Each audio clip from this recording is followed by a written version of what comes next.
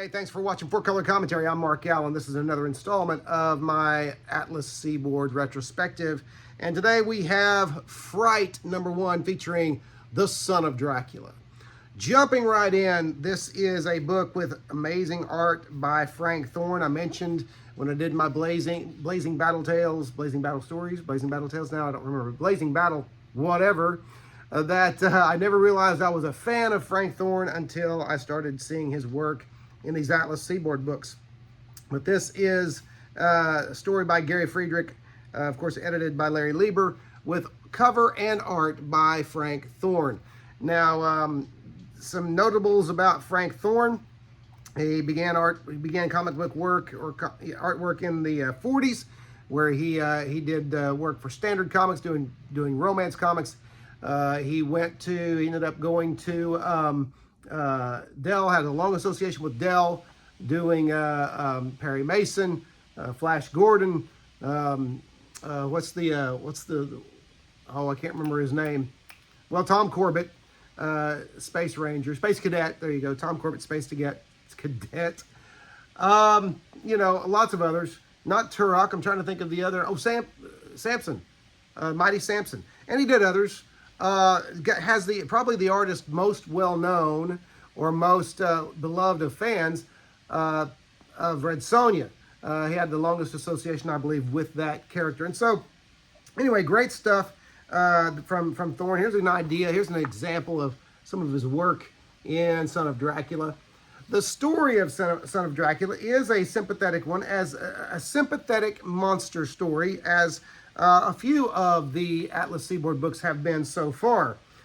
These wonderful Bronze Age tales that by a company that gets the rap of trying to be Marvel-like. I think they were actually trying to be different from Marvel, while toward the end borrowing the look of Marvel, but still trying to be different, at least at the beginning.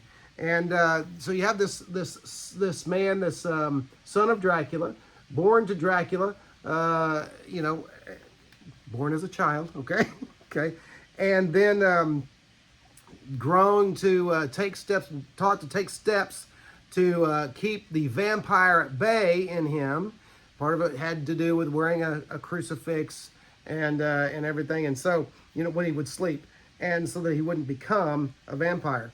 And of course, as you can imagine, toward the end of the story, he does become a vampire. I'll show you some more art here as we're going through. But he does become a vampire and is horrified by the transformation and the results. I won't give much away there.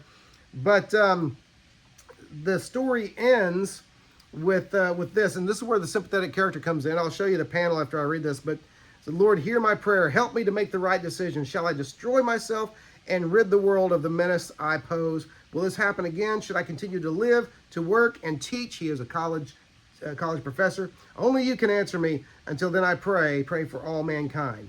And then you have the blurb at the bottom, the end or the beginning.